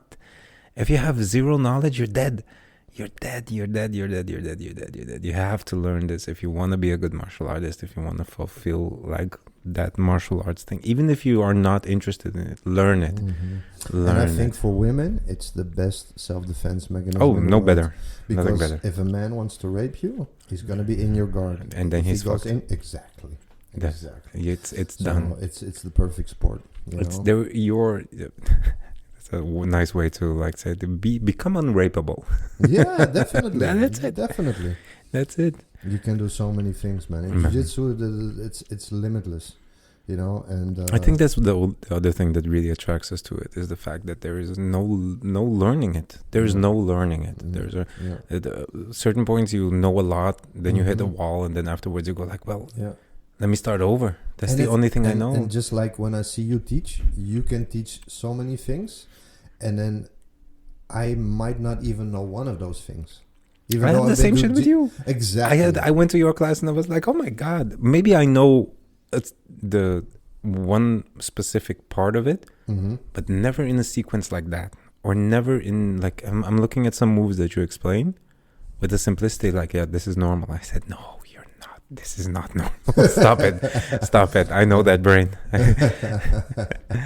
And it's an amazing thing. I think we keep learning more and more. And to this day, I enjoy going to other people's classes now, see how they teach. There's always something that I go like, I never knew this drilling form, or I never knew this way of fighting, or I never knew this way of doing something. It's a never-ending story. It's a never-ending story. I think that's the thing that really attracts us to it. There's something there that is literally infinite. Yeah. You can't do all the moves or anything like that. Eddie Bravo said it once really nice, like, you can't learn all jiu-jitsu. It's impossible. You need like 3 lifetimes continuously in a row to learn everything. It's not possible. So you have to try to learn what works for you. Yes. You know, and take those elements and that's a good question. Specialize yourself or learn everything. Which one do you think? You can't learn everything. It's impossible. There are more than 10,000 moves. Learn as much as, should we say like this, learn as much as you can, or specialize yourself. So take that sequence of things that you know your body is made for, that works. I think it's a combination of both. Okay. It's learning as much as you can and then trying to find your way in all those things that you know. Like, okay, because you're going to fall down to certain moves anyway. Okay. You know, you can know so many moves, but when you start rolling, you're going to be falling back to certain moves. Like, hey, I see this one. And maybe later on, when you get back home, like, man, I was there. Why didn't I go for this? Why did I go for that? Because your body's used to going for that move. You know, so it's usually a response of how your body is used to respond in that situation. All right. You know, that's what I think. Would you also say, if we consider drilling the mechanical part, so getting the mechanics really down to drilling something, is everything. Or is sparring everything? Because sparring then incentivizes the creative part and the actual action part. Yeah, but I think you have to drill first like crazy before you can amplify it in sparring, because your body has to already be used to using those movements, and then once you're put in the scenario of sparring, you will recognize the positions and your body will react instinctively. If you don't drill and you only spar, you're not gonna get any better. It's like if I teach, sometimes I teach a move in my class, and then it's new for 2 students, and then they did it 3 times, and now they're trying to fight out of the move. Yeah, it's not working if he's fighting. I said, you don't know the move yet. You so know of nothing. course he's gonna get out of it. Yeah. First you have to learn how to apply it and how to do it, and then you can try to get out of it. But right now, learn the move first. Yeah, okay, you know? So there's a little difference. Learn how to drill. Yeah. I think drilling is everything. And then go into sparring. Yeah, because there was a certain point where people were saying, like, don't drill, just fight and spar. And I get that, because let's say it like this. But you already gotta have a skill set then. Yeah. Because it's like with Haysam, like in last class, he was like, he looked at me, said, Coach, you tell me what to do. I said, okay, go for this, go for this, go for a triangle from mid hook position, go for a samurai roll to the back, and then take a twister. You know, stuff like that. So you already, when you start, you already have to know where you're going for. I remember a long time I was like, okay, I'm only gonna do knee bars and darces. It was a weird combination, but for me it was like, okay, I'm gonna do knee bars and darces. That was my whole thing. You were on the extremes. Either take one part of the top part of your body, all the way, everything in between, ignore it. Exactly. You know, that was my whole thing. Like, okay, either there or there. Fuck the rest. So yeah, I have the same philosophy, by the way. When John Danaher says, like, when feet lock and foot lock, and he says, like, why would you ignore 50% of the body? I said, do it. Just ignore most of the body and focus on that one thing you really like doing to people, and do that, and then connect everything else in jiu-jitsu that you could possibly imagine back to that one thing you're good at, and don't do anything else. Just don't try. Look, if you're my size and you're older and you're not flexible, don't do berimbolos. Don't try to find that shit. Like, no, use what you know, what you can, and what you understand. That like Olinek only using the Ezekiel, like 28 submission wins by Ezekiel. My teacher was like that. Fuck him. Yeah. Fuck him. After 5 years of training with him consistently, he still got me every single time the fucking Ezekiel choke. Oh, wow. Wherever you are, Ari, wherever you are, fuck you.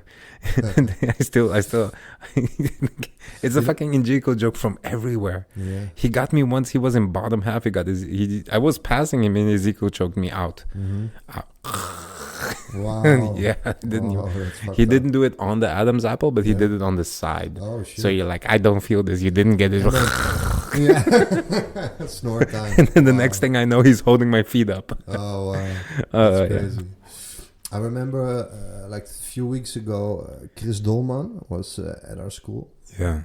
You know who he is? Yeah, I heard of him. He's like a legend in Holland. He's like the godfather of free fight or MMA in Holland. And what's his name again? Chris Dolman. Yeah, I heard of him. He and his grandson were at the gym, and he saw me teaching, and then he came to me. He was like, "Where did you learn it?" And I was like, "Well, I started here, but I basically taught myself by watching so many instructionals." He's like, "What, you never fought?" I'm like, "Well, I battled a lot, but it's not like..." Because he thought I only watched in instructionals and never even touched the mat. I'm like, no, that's not it. But then he was like, "Well, I think what you're showing is really, really skillful, and I want my grandson to take your class." So to me, that's a huge honor. If somebody like you know who's that decorated tells me, because he can send him to any school, you know. And then that he says, "No, I like the way you teach. I really like what you show. So you're very talented." Yeah, then I take a bow and I say thank you, and it's nice because I'm still self-taught, you know, and that also what's the downside of that? I don't know if there is really a downside. It's just I never, because I don't have a belt, I've never labeled myself. I've never. That's right. Let's say it like this. I always said I'm a white belt forever. Yeah. Because why? When you're a white belt, everything's new. You want to learn. It's awesome. It's something totally... And I wanted to keep that mind state always, even though I'm 20 years of doing it. Yeah. You know? And don't like, I already have that. I know this. Yeah. You know? So... I get it. The thing is, like, I would have asked on the basis of comparison, but I don't think there is any, because you're self-taught from the beginning. You battled everything out and tried everything out on the mats as itself. Then what works, what didn't work. Exactly. And then, like, what else? So let's say like this with today is like, do instructionals work to make you learn and understand everything that's going on? Yes. Yes, it does. But and I would have asked, would it have been better to have a teacher or not? That's the basis of that is a comparison, but there's nothing to compare to. No, well, the thing is, when you have it really depends on how you watch it. But I think by having an instructional, it sounds weird, but you have a teacher. Okay, you can't ask him direct questions, but if I didn't get the move or anything, I would rewind maybe that piece 100 times. 100 times. Until you got it. Yeah, until I got it. Exactly. So in that sense, it's a lot better because there is no other teacher in this world that would do the exact same 100 times. Because if you're my teacher and I'm in your class, I cannot keep asking you the same question 100 times. After the fifth time, I'll tell you to fuck off. Exactly. Because the other students also need attention and you don't have the energy or the time span to be like, dude, my class stops right now and you've been asking me the same shit. And I'm like, but I still want to learn. I really want to learn this move. Yeah, well, sorry, come back next time. So for me, it was just rewind, VCR style, rewind till I got it. There was one move from Robert Drysdale. I had an instructional. And I couldn't get it down. I watched it like 40 times, and every time I did it, it didn't work. It failed somewhere, and I was like, fuck. And I wasn't like, okay, fuck this move. I'll learn a different move, and there's so many more moves. I was like, no, I have to get this move. I want to see what am I doing wrong. And I just broke it down. Okay, where is his foot? Where is his hand? How is the posture of his opponent? Is he slouched over? Is he standing? Where's his foot? Is his foot pointing forward? Is it pointing a little bit to the outside? Just every little detail until I got it, until it worked. And I'm like, and then when I finally got him, like, okay, now I got this move. Now I want to learn something else. I have the same thing. Oh, now I understand it. Now let's never do it again. No, I did do it, and I tried to hit it rolling also. So yeah. Yeah, but then after you hit it a couple of times rolling, you're like, what cool, else is there to do? No, I wanted to do other stuff. Yes, I know it. Yeah. Let's say if there is what are the top names? Because one of the things I do in regards to let me say it like this. There's a lot of the guys that are training with me right now. When I say like, you should watch the video from, let's say like this, Rodolfo Vieira. They're like, who? I said, what do you mean who? What are you telling me? Or when I say Fabio Gurgel, or when I say Marcelo Garcia, or when I say even when we say Kit Dale from Australia, or when we say Josh Barnett, Mikey Fowler, we take all these guys that like the Glover. Lovato. Yes, one of the first Americans. Braulio Estima. When I say these names, people are like, what the fuck? Who are you talking about? We don't know any of these people. Because people only know Gordon, John Danaher. Oh my God. There is a very big lack, especially in the older or in the newer guys that know. If I tell the older guys that have been in there around for a while, most of them that have been in touch with Brazil and most of them that have been doing it as long as we have, they know. Like you say a name and like the list of moves comes in our head immediately. Exactly, yeah. And Jean-Jacques Machado and the Machado brothers and what they did. Yes, and Carlos Machado, yes. And the Gracie family that went one way and the other guys that went the other way and Eddie Bravo and all those, like Yuri Simões and all these guys. What are the best, what do you say like this, guys, if you want to start learning good stuff, good jiu-jitsu, what are let's give it like a top 10 name so you can freely fill it in however you want. Wow, it's so hard. Instructional based could be too. It's so hard because I think jiu-jitsu has also taken a different route from what it used to be. Yeah.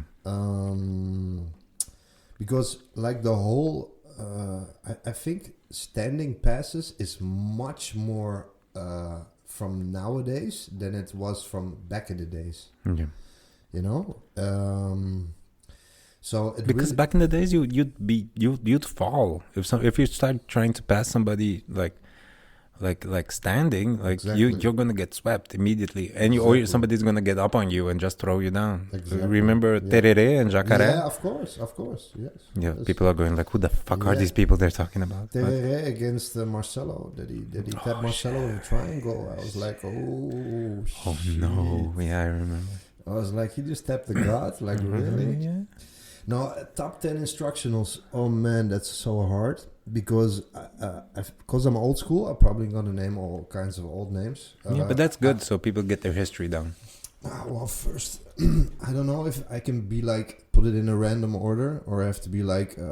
You can put it in the order you want. You like because going top 10 is difficult, but let's say like top no-gi, top this. There, everybody is very good in their specific kind of lane. I'm all no-gi, so I have watched a lot of gi instructionals also, but I just created different entries for myself. When they say they would grab the sleeve, I would grab the wrist. When they say they grab the lapel, I'd grab the neck, because I would just change it up like that. Back in the day, Michael Yen had really interesting ways of going about things. I think Marcelo is, of course, brilliant. Marcelo Garcia, of course. There's only one Marcelo in my opinion. I really like Eddie Bravo, especially if you're MMA minded. It's a whole world, 10th planet. It's a whole world. You know. I learned a lot from Mike Fowler. He was back in the day when he was bringing out his instructionals like no gi made easy and stuff like that. He was using Ryan Hall, and Ryan Hall was kind of the grappling dummy. Ryan Hall wasn't really in the picture then. He was still like up and coming, and Mikey Fowler was the man. Yeah. So I really like Mikey Fowler as well. Robert Drysdale, also good things. Damien Maya for sure. Doesn't matter if you gi or no gi, because everything Maya shows is hybrid. Yeah, you can adapt it to no gi. That guy also was somebody that went under the radar in the jiu-jitsu world, but in the MMA world. But if you see his jiu-jitsu fights, you're like, oh my god, this man is like he's brilliant. He's so good. He's so good. Yeah, and that's what disappointed me kind of in Maya. He killed everybody in the UFC. He just pulled half guard, and then it was like, I'm gonna sweep you, get on top, and take mount, punch you out.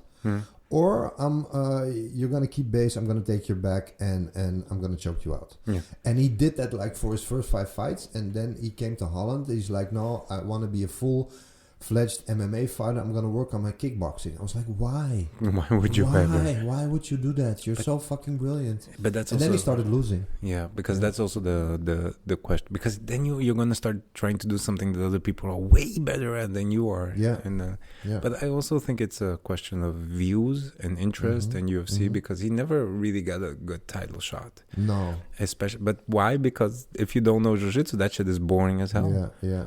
And then if you have a very good wrestler with great striking and you can't take him down, then he has a problem. Yeah, you know. True. So yeah, but top 10. Yeah, we have a couple already. We had like 5-6 names come back. Yeah, true. I don't want to miss anybody. Be like, oh, why didn't? Jeff Glover. I think Jeff Glover has really another genius. Yes, definitely a genius. Yeah, shows so many things, so many interesting things. So good. Estima also. Braulio Estima. Yes, he also showed beautiful things. Hobson Mora, who had good battles. Oh my God! You pulled that one out of the grave almost. Yeah. But he had. He's the one I learned S-mount from, and I showed. I learned butterfly from him. Yeah, he's one of the best butterfly players I've seen. And S-mount, I remember John was like, I never get arm bars because every time I have mount, I go for arm bar. I said, you lose the arm because they pull the elbow to the mat. He said, exactly. I said, okay, go to S-mount. Then that's and not since then. Anymore. And then he used it in his MMA fight, S-mount, and then he went belly down. Yep. And he took it, I said, you're not going to lose the elbow if you take S-mount. And it's funny because he had a lisp. You know, Hobson. So when he's playing, we go to S mount,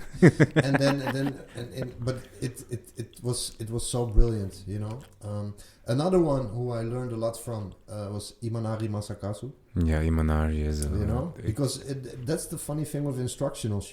It doesn't have to be in English. You just need to see the moves. You just need to see the moves. I cannot forget him. Gokor Kavinshin, the Hayastan system. Yeah. Very good sambo, but I've always been like, it doesn't matter to me if it's catch can, luta livre, jiu-jitsu, you know, it doesn't matter as long as it works. Yeah. I'm not going to be like, no, it's not jiu-jitsu, so I'm not going to use it. No, you know? I have that mindset went away after a while. Oh, and one I watch a lot lately, and I really like, and I think he's one of the most brilliant grapplers in the world, and I really love his instructional, and that's the one I'm watching a lot now, is Gary Tonin. Gary Tonin is a really good guy. He's a really good guy. I think he's more interesting for me than Gordon. Definitely. Yeah. Definitely. Yeah. Especially because he does the whole range of MMA and the whole thing of that. And I think he's also a much nicer person. Yeah. A much nicer Definitely. person. And after I saw his fight against Toquinho, I had... Yeah, that's one of my favorites. Oh my God. Gary Tonin against Toquinho. That's the only fight I watched. Like I was watching a scary horror movie or something like that. That was insane. The slams and not complaining. The slam is not... and the heel hooks. Just the one after the other. Everybody was heel hooking each other for breaks. They weren't going easy at all. They were going for breaking. But that was so gutsy on Gary's part, because Toquinho was known for being kicked out of the UFC because he just crippled guys. Yeah. And I don't know if it's like an English language barrier that the ref is like, break. He's like, yes, I'm trying to break. and you know, just he says, yes, give me a second and I will break. And he's like, no, I mean, let go. And maybe they should have told him let go instead of break. Maybe it'd still be you in the UFC. The problem with Toquinho isn't that he's just it's a caveman. It's a caveman. Yeah. It's a it was a language barrier. But then Gary just going for his legs, like Gary trying to tap Toquinho, and that was so gutsy, man. If you think about it, Gordon, for you to see the level of fighting that was, Gordon Ryan took Toquinho's back and stayed there for what felt like an hour, and couldn't get any hook in. Nothing. They stayed forever in that position. Like he took the back, he didn't let go anymore, and was just like trying. And Toquinho just closed up with those huge muscles and said like, nope. And that was like an hour of defense technique and an hour of attack technique going on. Crazy. I definitely feel that Toquinho is just a little bit not made for these times. Sorry, instructional wise, Javi Vasquez. Vasquez. It was in Eric Paulson's CSW camp, combat submission wrestling camp. Yeah. Javi Vasquez showed me a lot of stuff that I still use today. Yes, for sure. I had to mention him. Yes, for sure. Beautiful. Yeah. Sorry, man, it just came to mind. Beautiful. Yeah. We have a little bit like last thing. Then our time is done. Too bad, because we can go on for hours. I can feel it. What somebody that started off right now, what should they do to improve? Because one of the things I get is like people saying like, I don't know what to do, and how do I know that I'm improving? Wow. Be patient. There's no way. Enjoy the journey, embrace the journey. You know, jiu-jitsu can be the most frustrating sport the first year and a half, because everybody's tapping you left and right. Yeah. Everybody's choking you, girls. Especially girls, because girls got the worst jokes in the world. Because their arms are so thin, it just slices right to the jugular. Yeah, horrible. You know the one that trains with me? Yeah. The one